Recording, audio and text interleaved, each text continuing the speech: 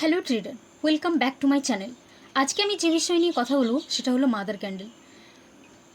এই যে বড় ক্যান্ডেলটি দেখতে পাচ্ছেন, এটি হলো মাদার ক্যান্ডেল। তো কালকে আমি কোন লজিকে ট্রেড নিয়েছিলাম? সেলিং ট্রেড নিয়েছিলাম। ডাউন ফল মার্কেট ট্রেন্ড ছিল, ফল মার্কেট। তো ফল মার্কেটে আমি সেল ট্রেড নিয়েছিলাম। কালকে ট্রেড ছিল আমাদের এখানে ট্রেড নিয়েছিলাম, তার সম্পূর্ণ লজিক এক্সপ্লেন করেছি আমি।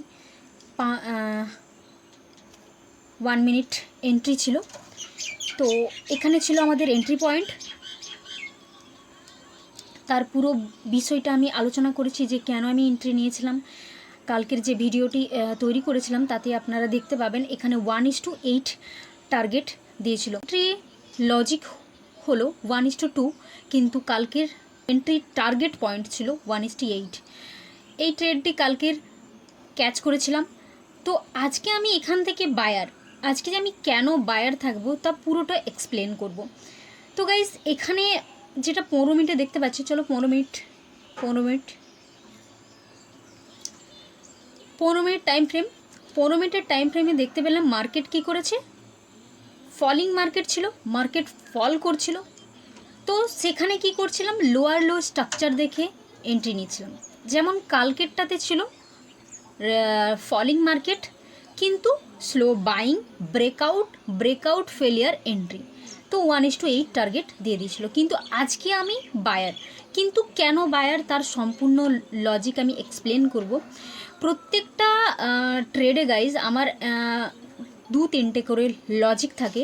তো আমি আজকে বলবো যে আজকে আমি কেন কোন লজিকে বায়ার। আমি দেখতে পাচ্ছি যে ফলিং মার্কেট আমরা সবাই দেখতে পাচ্ছি মার্কেট স্লোলি ফল করেছে। স্লোলি নয়, বেশ ভালোই ফল করেছে, ট্রেন্ড ফল। তো ক্লিয়ার যে ফলিং মার্কেট। কিন্তু আজকে মার্কেট কি করেছে, মার্কেট ফল করছিল, ফল করার পর একটা বড় সাপোর্ট লেভেল থেকে মার্কেট কি করেছে, সাপোর্ট নিয়েছে। নেক্সট রেজিস্ট্যান্স লেভেলে গেছে, যেখান থেকে মার্কেট বারবার ফল করে নিচে আসছিল। তো সেখানে কি করেছে, মার্কেট গিয়ে পজ নিয়েছে। এখানে কালকে আমাদের এন্ট্রি ছিল, ফির মার্কেট এখান থেকে ফল করেছে, কিন্তু কি না, লাস্ট লো যেখানে ছিল সেখান পর্যন্ত মার্কেট পৌঁছাতে পারেনি। মার্কেট কি করেছে, তার আগেই কি করেছে, আপ মুভ করে নিয়েছে। তাহলে এখানে কি দেখতে পেলাম, যে মার্কেট নিজের ক্যারেক্টার চেঞ্জ করছে। লোয়ার লো স্ট্রাকচার থেকে মার্কেট কি করছে, হায়ার হাই স্ট্রাকচারে মার্কেট শিফট করছে। এখন বর্তমান সিচুয়েশন কোথায় না, ট্রেন লাইন ব্রেকআউট করেছে। মার্কেট কি করেছে, ট্রেন লাইনটা আমরা দেখতে পাচ্ছি যে এখানে ব্রেকআউট করেছে, ট্রেন লাইন ব্রেকআউট করেছে। আর ব্রেকআউট হয়ে মার্কেট কি করেছে, সাস্টেন হতে পারেনি। এখানে আপমুভ যাওয়ার প্রথম কারণ সেটা হচ্ছে মার্কেট স্ট্রাকচার চেঞ্জ করেছে, নিজের ক্যারেক্টার চেঞ্জ করেছে। তাহলে নিজের ক্যারেক্টার চেঞ্জ করেছে মার্কেট, লোয়ার লো স্ট্রাকচার তৈরি করে। এটা যদি ফলিং মার্কেট থাকতো তাহলে কি হতো, যে বারবার কি করছে মার্কেট না, একটা নতুন করে লো বানাচ্ছে, মার্কেট নিচে যাচ্ছে, সাপোর্ট লেভেল থেকে ফল, ফির সাপোর্ট লেভেল থেকে এখানে কি করা উচিত ছিল, ফির ফল করা উচিত ছিল। এখানে দেখতে পাচ্ছি যে প্রথম যে লো বানিয়েছিল তা আপ মুভ করার পর তারপরে লো ছিল আরও নিচে। সূত্র অনুযায়ী কি করা উচিত ছিল, এটা ফির এর থেকে লো যাওয়া উচিত ছিল, কিন্তু যেটা করেনি। মার্কেট কি করেছে, এখান থেকে রিভার্স নিয়েছে, এতটা আপ মুভ করেনি। দেখতে পাচ্ছি যে লো ক্রিয়েট করেছে, ফির এটা লো ব্রেক করেনি, এই লোটা কি করেছে, ব্রেক করেনি। তো তার আগের থেকে মার্কেট রিভার্স নিচ্ছে, তো নিজের ক্যারেক্টার চেঞ্জ করছে। তো এই প্রথম কারণ যে এখান থেকে বাইং সিচুয়েশন যাওয়া। দ্বিতীয়ত দেখব কি না, মার্কেট ট্রেন লাইন ব্রেকআউট করার পর কি করেছে, মার্কেট ফল করেছে।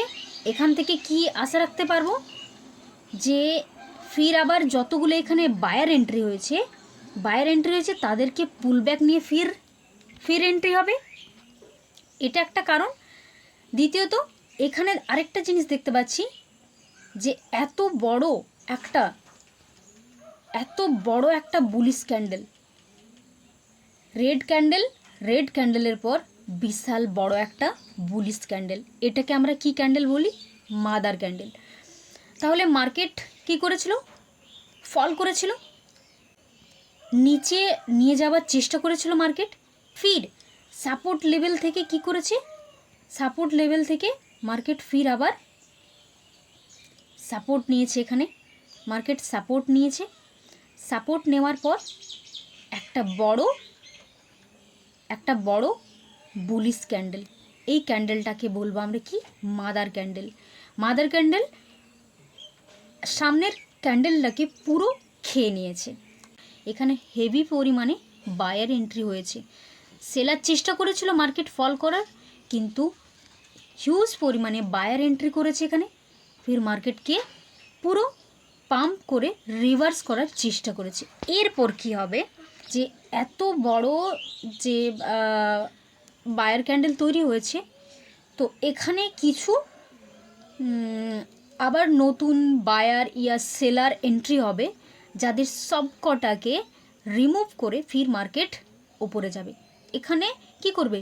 লিকুইডিটি নেবে, লিকুইডেট হবে মার্কেট কেন লিকুইড হবে? তার মানে যে এখান থেকে আরেকটা বড় পাম্প করার জন্য মার্কেট এখানে কি করবে?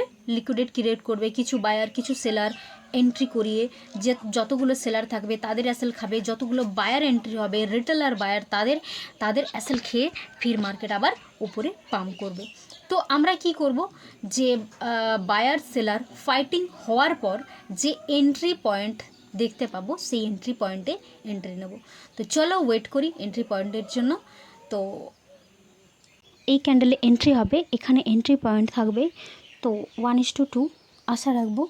এটা হচ্ছে 1:2 প্রথম টার্গেট।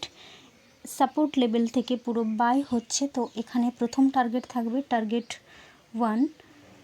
1 থাকবে এখানে।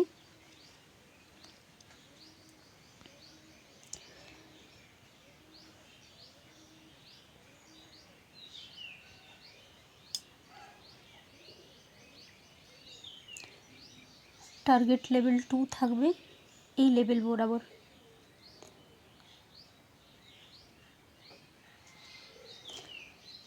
প্রথমে 1 টার্গেট ফলো করব। তো 1 টার্গেট হিট হওয়ার পর 2 টার্গেটের জন্য প্রফিটের রিস্ক থেকে ওয়েট করব।